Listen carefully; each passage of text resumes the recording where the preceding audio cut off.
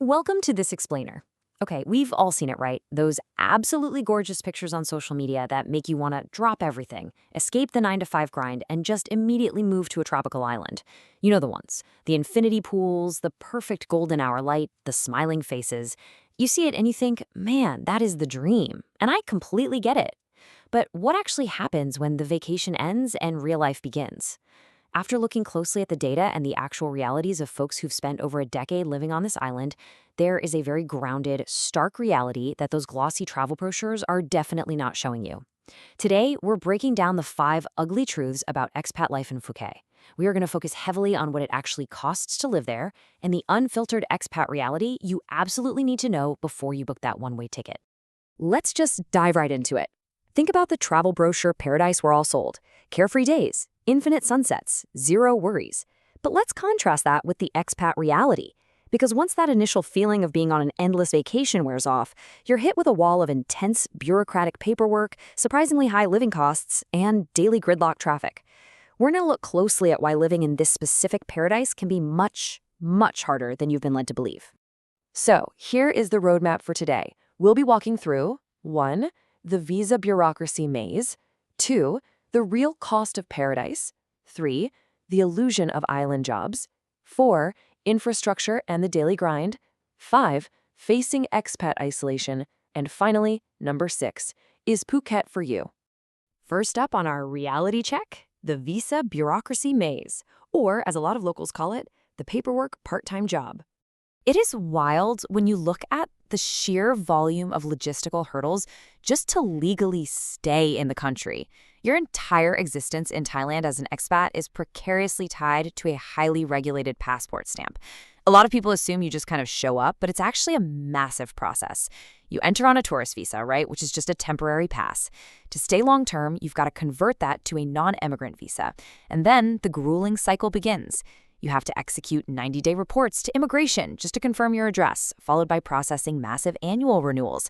We are talking about literal stacks of documents, highly specific photo requirements, proving your bank funds, and sacrificing hours of your life to the absolute purgatory of crowded immigration offices. It's an immense administrative burden. And to make matters worse, the ground can literally shift right under your feet. The rule changes are incredibly volatile. Take, for instance, the May 2026 rollback of the expanded 60-day visa-free scheme. It was slashed to just 30 days for many nationalities, and it happened with very little warning. Because of this constant anxiety, wondering if your lease agreement is in the exact right format or if you have the correct photocopies, many expats end up paying visa agents thousands of dollars a year just to handle it for them. It basically becomes this massive hidden tax on your peace of mind. Okay, moving on to section 2, the real cost of paradise. Let's shatter this budget myth once and for all. Let's look at the actual numbers here. So many people hear Thailand and they immediately imagine living like absolute royalty on just a few $100s a month. Listen, that is a dangerous fantasy in Phuket. It's actually one of the most expensive places in the entire country. Sure, a basic studio in a less popular area might run you maybe 10,000 to 12,000 baht. But if you want that modern one-bedroom condo with the pool you saw on Instagram, you're jumping to 20,000 to 40,000 baht.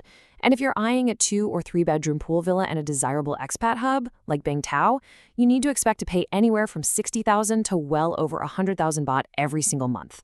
But here's the thing, rent is just the beginning. The daily costs compound aggressively. Why? Because while local street food is cheap and amazing, if you start eating at mid-range restaurants or buying familiar Western groceries from the supermarket, your bills are going to look exactly like they did back home. Get this, one expat estimates his monthly food bill alone is around 35,000 baht. Add to that the tropical heat. You're going to be running your air conditioning constantly, and that alone will easily tack on another 3,000 to 6,000 baht a month just for utilities. So when you add it all up, your rent, utilities, food, transport, and health insurance, the minimum monthly cost for a comfortable, single expat life in Phuket in 2026 is sitting between 50,000 and 70,000 baht. That's about $1,400 to $2,000 US dollars. And if you want a fully Western lifestyle, that can easily climb over $4,000 a month. Now, is it cheaper than London or New York? For sure. But that myth of a $600 a month paradise, that needs to be completely thrown out the window. Now we arrive at section 3, the illusion of island jobs and the reality of strictly protected labor. A really common and massive misunderstanding about moving to a huge tourism hub like Phuket is the assumption you can just show up and find local employment. You can't. Standard jobs like bartender, tour guide, or shop receptionist are specifically designed by Thai law to protect local jobs. In fact, dozens of occupations are legally reserved solely for Thai nationals. So who does Phuket actually work for? It works for expats who bring their own external income. We're talking remote workers, online entrepreneurs, and retirees with stable pensions. Now, if you do actually want a local company to sponsor you for a non-immigrant B visa and a work permit, you face this incredibly daunting legal ratio, 4-to-1. As a general rule, a standard company must employ 4 Thai citizens for every single foreign employee they hire. On top of that, they have to hold 2 million baht in paid-up capital. It's a massive hurdle. It proves you absolutely cannot just walk into a beach bar, hand over a resume, and ask for a job. And because legal work is so heavily restricted, some folks try to operate in a gray area. But I have to give a very serious warning here. The government is actively cracking down on this. Working without a proper permit is strictly illegal. You risk heavy fines, arrest, deportation, or even permanent blacklisting from ever returning to the country. So that dream of a fun, under-the-table island job, it's just not a reality you should be banking on. Let's shift gears to Section 4, Infrastructure and the Daily Grind, or basically how the island is crumbling under its own success. The postcards show these beautiful, empty, winding coastal roads, right? But the daily physical reality is totally inescapable. Rapid development has severely strained essential services. That 15-minute drive you mapped out on Google, it easily turns into a 45-minute crawl during high season because the roads were simply never built to handle this volume of traffic. And you can't just hop on a train to skip it. There is no subway, no SkyTrain, no reliable island-wide public transport. You are entirely dependent on navigating choked roads with your own scooter or car. Add in dangerously full landfills, intermittent water shortages, power outages, and permanent chaotic construction zones, and suddenly running simple errands becomes a highly strategic, exhausting mission. Which brings us to Section 5, Facing Expat Isolation, and what I call the paradox of paradise. It is a really strange paradox. You can be living on a stunning island, surrounded by thousands of people, yet feel profoundly isolated.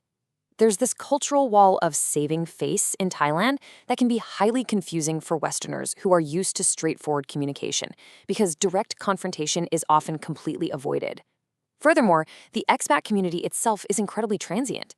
You make these great friends, and a year or two later, they pack up and leave. It makes building a stable, long-term support system incredibly frustrating. And this isolation takes a serious mental toll. Being far away from your family, combined with relentless language barriers at local government offices, is just flat-out exhausting. Studies show that relocating abroad is heavily linked with increased risks of anxiety and depression. And while you can find English-speaking mental health support on the island, it is mostly limited to very, very expensive private hospitals. That Instagram dream of total freedom can sometimes slowly morph into a feeling of being completely adrift.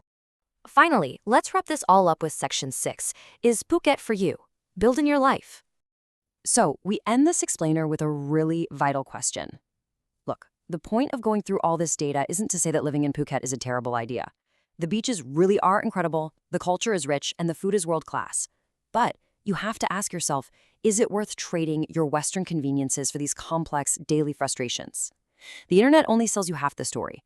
The full expat reality requires a deep level of patience and serious financial preparation. Phuket isn't just a paradise you magically move to. It's a life you have to actively build from the ground up. So the question is, are you ready to take on the true expat reality? Thanks so much for joining me on this deep dive, and keep learning.